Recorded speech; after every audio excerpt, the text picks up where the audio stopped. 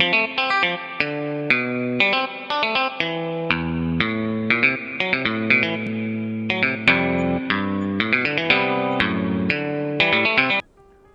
God Lover yang dikasih oleh Tuhan Yesus, senang berjumpa kembali dalam program Raise and God malam hari ini bersama Diaspora TV. Setelah melewati berbagai kesibukan sepanjang hari ini, mungkin ada situasi yang membuat jiwa saudara menjadi letih lesu dan berbeban berat. Jangan menyerah, sebab Tuhan mengundang kita semua untuk mengalami kelegaan. Marilah kepadaku semua yang letih lesu dan berbeban berat, aku akan memberi kelegaan kepadamu. Itu yang dikatakan Tuhan Yesus kepada kita semua. Percayalah, firman Tuhan ini benar adanya, janjinya benar adanya. Mari kita hampiri Dia, mari kita bersatu dalam doa. Bapa di surga, kami ucap syukur karena dalam Yesus Kristus setiap saat kami beroleh undangan untuk datang membawa semua hal-hal yang membuat hati kami menjadi letih lesu, yang membuat kami berbeban berat. Tuhan akan memberi kelegaan, Tuhan memberi kekuatan hati supaya kami sanggup menanggung segala perkara tanpa perlu merasa tertekan menjadi stres. Tuhan ingin kami memiliki hati yang penuh damai sejahtera, pikiran yang tenang, yang jernih. Kami bisa melewati semuanya dengan baik karena Tuhan berpihak. Tuhan akan membela kami, Tuhan akan menolong kami, Tuhan akan memberikan jalan keluar yang terbaik dalam hidup kami. Kami sangat percaya di dalam Engkau, kami sungguh-sungguh akan mengalami kebenaran ini. Beri kami hati yang tetap percaya, hati yang sanggup untuk bertahan melewati segala macam perkara, lewatin proses yang ada, kemenangan demi kemenangan, keberhasilan demi keberhasilan Tuhan akan berikan. Dalam nama Tuhan Yesus kami berdoa. Amin. Saudara-saudara, bukan hal yang mudah ketika kita mengalami penolakan dari orang-orang yang seharusnya mengasihi kita, orang-orang yang menerima kita dan mendukung kita. Ada banyak kisah bagaimana anak-anak yang tertolak, anak-anak yang dibuang oleh keluarganya, tumbuh menjadi orang yang punya kepribadian yang bermasalah, gambar dirinya rusak, perilakunya menjadi sangat buruk, jiwa pemberontakan yang luar biasa, tumbuh akar pahit di hatinya. Tetapi apakah itu menjadi sebuah permakluman? Tentu saja tidak. Tuhan senantiasa punya perhatian dalam kasih karunia-Nya. Tuhan ingin memulihkan orang-orang yang terbuang, orang-orang yang tertolak, orang-orang yang terpinggirkan, orang-orang yang tidak diinginkan oleh keluarganya. Tuhan tetap mengasihi dan Tuhan ingin memulihkan hidup mereka sesuai dengan rencana Tuhan yang mulia. Saat ini saya ingin sharing firman Tuhan tentang kisah orang yang terbuang, yang dipulihkan oleh Tuhan. Kita membuka Alkitab kita dari Hakim-Hakim pasal yang ke-11. Di situ ada kisah seorang yang bernama Yefta. Yefta adalah orang yang ditolak oleh keluarganya sendiri, yang dibuang oleh keluarganya sendiri. Kita baca ayat yang pertama dulu. Adapun Yefta, orang Gilead itu adalah seorang pahlawan yang gagah perkasa. Tetapi ia anak seorang perempuan sundal. Ayah Yefta ialah Gilead. Juga istri Gilead melahirkan anak-anak lelaki baginya. Setelah besar anak-anak istrinya ini, maka mereka mengusir Yefta, katanya kepadanya, "Engkau tidak mendapat milik pusaka dalam keluarga kami, sebab engkau anak dari perempuan lain." Maka larilah Yefta dari saudara-saudaranya itu dan diam di tanah Tob. Di sana berkumpullah kepadanya petualang-petualang yang pergi merampok bersama-sama dengan dia. Beberapa waktu kemudian Bani Amon berperang melawan orang Israel. Saudara-saudara, Yefta memiliki latar belakang yang benar-benar menyakitkan sekali. Ada luka hati, derita hati yang begitu luar biasa. Ibunya perempuan sundal, berarti punya background yang mungkin sebagian banyak orang kan malu. Sebagian orang akan merasa tidak ada kebanggaan dengan pekerjaan ibunya. Setelah itu dia juga disingkirkan dari keluarganya sendiri. Bahkan dia tidak boleh menjadi ahli waris dari ayahnya. Dia diusir dari rumah. Setelah dia meninggalkan rumah, dia berkumpul dengan para penjahat. Dia jadi kepala perampok. Saudara-saudara, ini perjalanan orang yang terbuang, orang yang tertolak bisa sampai seperti itu. Karena orang-orang yang tertolak itu penuh dengan kemarahan, penuh dengan luka, ingin melakukan hal-hal yang menunjukkan bahwa dialah yang akan mengontrol, mengendalikan situasi. Penuh dengan kebencian, terutama orang-orang yang pernah menolaknya. Ada perlawanan luar biasa, agresif luar biasa. Dan seperti Yefta, ada banyak orang terjebak dengan kebiasaan, dengan pekerjaan atau hal-hal yang terlibat dengan pelanggaran hukum. Tetapi apakah hanya berhenti di situ? Tidak. Kita lihat bagaimana proses Tuhan selanjutnya memulihkan Yefta. Kita baca ayat selanjutnya. Bagaimana Yefta mengalami pemulihan? Ternyata hal pertama kalau kita pelajari, Yefta itu tidak membiarkan di hatinya tumbuh akar pahit. Coba kita perhatikan ya, tadi ayat 4 kan Bani Amon berperang melawan orang Israel. Ayat 5, dan ketika Bani Amon itu berperang melawan orang Israel, pergilah para tua-tua Gilead menjemput Yefta dari tanah Tob. Kata mereka kepada Yefta, mari jadilah panglima kami dan biarlah kita berperang melawan Bani Amon. Tetapi kata Yefta kepada para tua-tua Gilead itu, bukankah kamu sendiri membenci aku dan mengusir aku dari keluargaku? Mengapa kamu datang sekarang kepadaku pada waktu kamu terdesak? Entah kenapa Tuhan itu memberikan ide, memberikan dorongan di hati para tua-tua Israel untuk mencari Yefta dan minta Yefta untuk jadi pemimpin mereka menghadapi musuh yang datang menyerang itu. Ini aja menunjukkan bahwa kasih karunia Tuhan mulai bekerja dalam hidup Yefta. Sesuatu yang baik kemudian datang. Sesuatu yang baik yang Tuhan sudah siapkan bagi Yefta. Untuk memulihkan Yefta, ini kalau Yefta di hatinya tumbuh akar pahit, maka dia akan menolaknya. Bahkan mungkin dia akan balas dendam, membunuh orang-orang yang datang itu. Atau berkomplot dengan musuh untuk menghancurkan orang-orang Israel.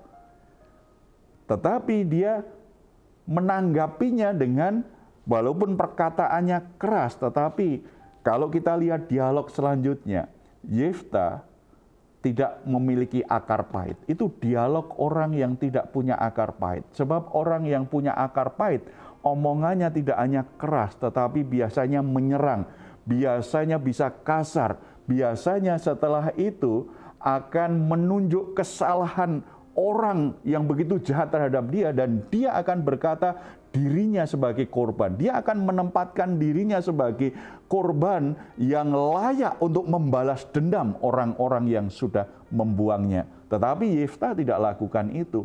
Itu tanda bahwa Yefta tidak ada kepahitan di hatinya. Dia sedih, iya. Dia terluka, iya. Tetapi dia tidak membiarkan luka hati itu membuat hatinya dikuasai dengan akar pahit. Dialog itu membuktikan dia sudah menerima kenyataan, memang itulah perjalanan hidupku. Itulah yang terjadi dengan hidupku. Dia lakukan perjalanan hidupnya seperti yang dia pahami, dia percaya ada kasih karunia Tuhan tetap bekerja. Saudara-saudara,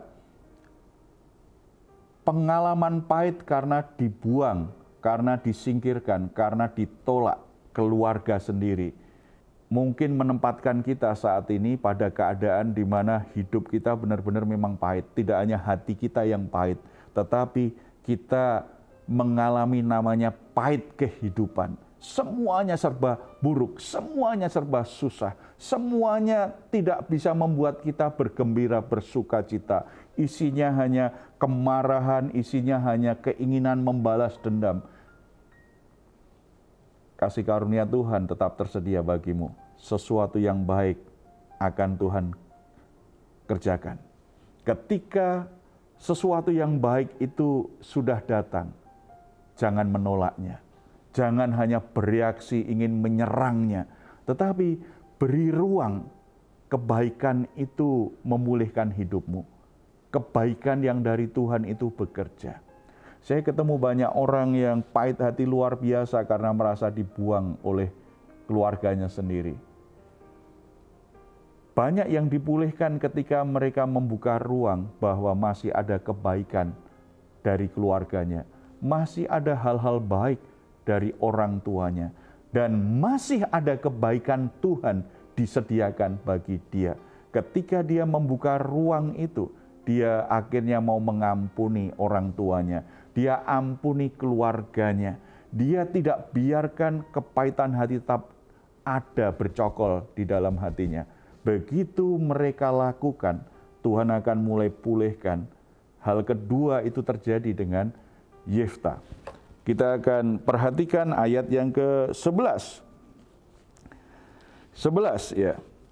Maka Yefta ikut dengan para tua-tua Gilead, lalu bangsa itu mengangkat dia menjadi kepala dan panglima mereka. Tetapi Yefta membawa seluruh perkaranya itu di hadapan Tuhan di Mizpah.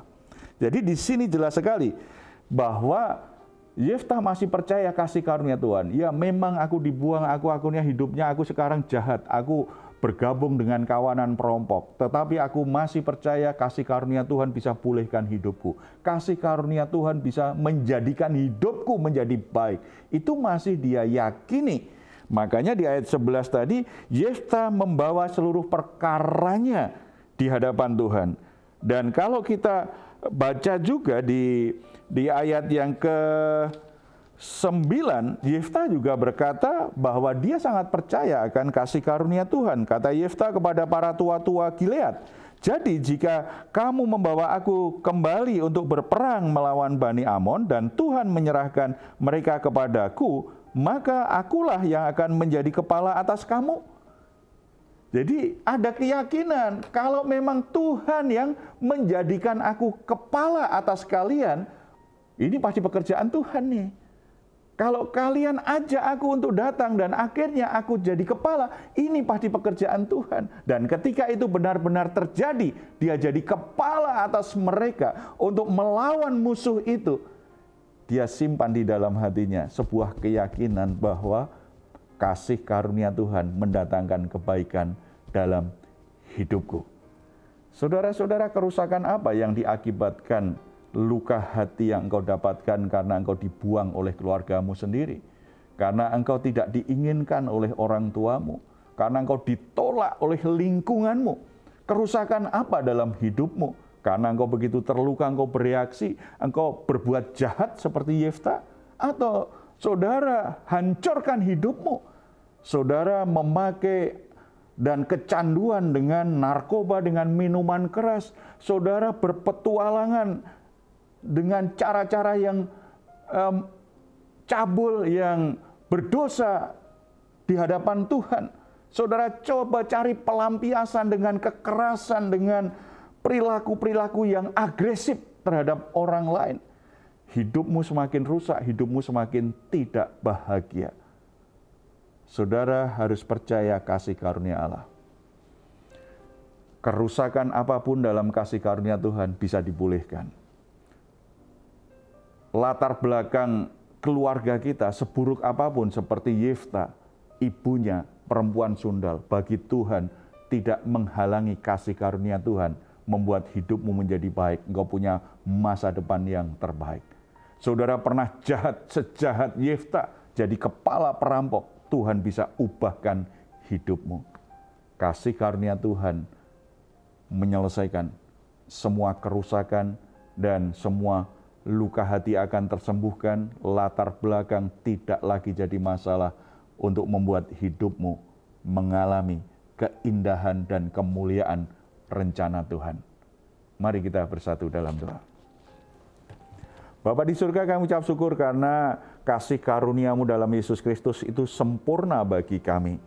Hamba-Mu berdoa untuk saudara-saudara yang saat ini punya pengalaman mirip Yefta, dilahirkan dari keluarga yang jahat, dari keluarga yang berdosa, dari orang tua yang mungkin secara sosial diberi stigma memalukan. Tetapi kami sangat percaya seperti Tuhan pulihkan kehidupan Yefta, Tuhan bisa pulihkan saudara-saudara kami ini. Ada yang mungkin saat ini mengalami kekacauan hidup akibat luka hati, pahit hati, akibat penolakan dan hal-hal yang membuat mereka terluka, yang dilakukan orang tuanya, yang dilakukan oleh saudara-saudaranya, yang dilakukan oleh sahabatnya, bahkan yang dilakukan oleh teman-teman pelayanannya di gereja, komunitas rohani di gereja, membuat banyak orang menjadi tertolak, membuat orang menjadi luka hati, tidak diinginkan. Mereka bereaksi dengan cara-cara yang justru semakin merusak hidupnya, membuat mereka semakin berantakan, membuat mereka semakin dikuasai kemarahan, membuat mereka jauh dari berkat Tuhan. Bapa, kiranya firman-Mu menjangkau saudara-saudara kami ini. Kasih-Mu tidak pernah berubah. Kasih karunia-Mu sempurna menjamah setiap orang yang berdosa mendapatkan pengampunan, yang rusak dipulihkan hidupnya, yang hancur dibuat kembali menjadi utuh, yang tidak punya masa depan, Tuhan sediakan masa depan yang terbaik. Kiranya kebaikan yang sempurna dari-Mu menjangkau, mengisi, mengalir dalam kehidupan saudara-saudara kami yang terbuang, yang tertolak, yang tersingkirkan, yang merasa tidak berharga. Mereka kembali menemukan keberhargaannya di dalam Tuhan Yesus Kristus, karena mereka orang-orang yang dikasihi, orang-orang yang mendapatkan perhatian spesial dari Tuhan, orang-orang yang diberi masa depan terbaik. Terima kasih Bapa di surga, berkati setiap keluarga supaya keadaan apapun yang terjadi, mereka tetap saling mengasihi, tetap saling menerima satu sama lain. Berikan hati kepada setiap orang tua untuk bisa menerima anak-anaknya. Mungkin memang anaknya tidak sempurna, melakukan hal-hal yang membuat mereka sedih, membuat mereka marah. Tetapi kiranya hati orang tua tidak pernah hilang untuk tetap mengasihi, tetap memberikan yang terbaik, untuk bisa menolong anak-anaknya bertumbuh di jalan Tuhan. Jangan biarkan Tuhan para orang tua membuang anaknya sendiri. Tuhan menjamah setiap orang tua. Setiap keluarga diberkati Tuhan, diberikan damai sejahtera dan kemuliaan Tuhan hadir di tengah-tengah keluarga anak-anak-Mu. Terpuji nama-Mu dalam nama Tuhan Yesus. Amin. Jika saat ini saudara atau keluarga sedang mengalami pergumulan dan membutuhkan dukungan doa, di layar saudara ada nomor telepon yang bisa saudara hubungi. Tim doa kami akan mendukung saudara dalam doa, karena kami yakin kuasa Tuhan itu sanggup menjawab semua permasalahan kehidupan yang kita alami. Silakan juga kalau saudara ingin memberikan komentar, tuliskan komentar saudara di ruang komentar di channel Diaspora TV. Sebelum kita berpisah, mari kita memperkatakan bersama-sama Mazmur 4 ayat 8 sampai 9 sebagai keyakinan iman kita bahwa dalam Tuhan, Tuhan memberkati kita, memberi kita sukacita dan membuat kita semua bisa istirahat dengan baik, bisa tidur nyenyak malam hari ini. Mari kita katakan bersama. Engkau telah memberikan sukacita kepadaku lebih banyak daripada mereka ketika mereka kelimpahan gandum dan anggur. Dengan tentram aku mau membaringkan diri lalu segera tidur, sebab hanya Engkaulah ya Tuhan yang membiarkan aku diam dengan aman. Puji Tuhan, selamat beristirahat dan nikmatilah Rest and God malam hari ini. Tuhan Yesus memberkati kita semuanya.